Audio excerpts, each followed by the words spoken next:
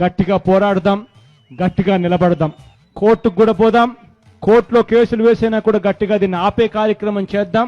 ఇది ఏ రకంగా న్యాయం? ఉన్న విశాఖపట్నం ఎయిర్పోర్ట్ను బాగా ఉన్నదాన్ని వదిలేసి వేరే చోటికి పోయి ఎయిర్పోర్ట్ పేరిట అక్వైర్ చేయాలి అని చెప్పి దిక్కుమాలిన ఆలోచన చేయడం, రైతులు కడుపు కొట్టడం నిజంగా ఎంత మటుకు ధర్మం అని అడుగుతా ఉన్నా.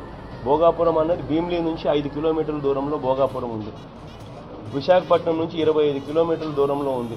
ఈ ఎర్ర బస్సు కూడా రాని ఈ గ్రామానికి ఎయిర్పోర్ట్ ఎందుకు సార్ అని అడుగుతా ఉంది నరసింహ.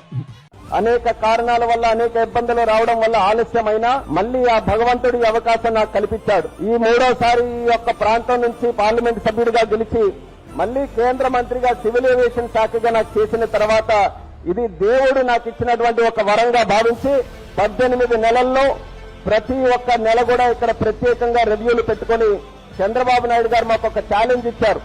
ఎప్పటికల్లా పూర్తి చేస్తారని మొదటి నెలలోనే ఇక్కడ రివ్యూ మీటింగ్ పెడితే ముఖ్యమంత్రిగా ఆయన అడిగిన తర్వాత మేము డిసెంబర్ 26కి ఇది కంప్లీట్ చేయాలని ఉంది సార్ అని చెప్తే డిసెంబర్కి కాదు ఉత్తరాంధ్ర అభివృద్ధి చెందడానికి ఇది ప్రధాన కారణం కాబోతుంది కాబట్టి 6 నెలల ముందే దీన్ని పూర్తి చేయాలని ఆ రోజు చెప్పారు.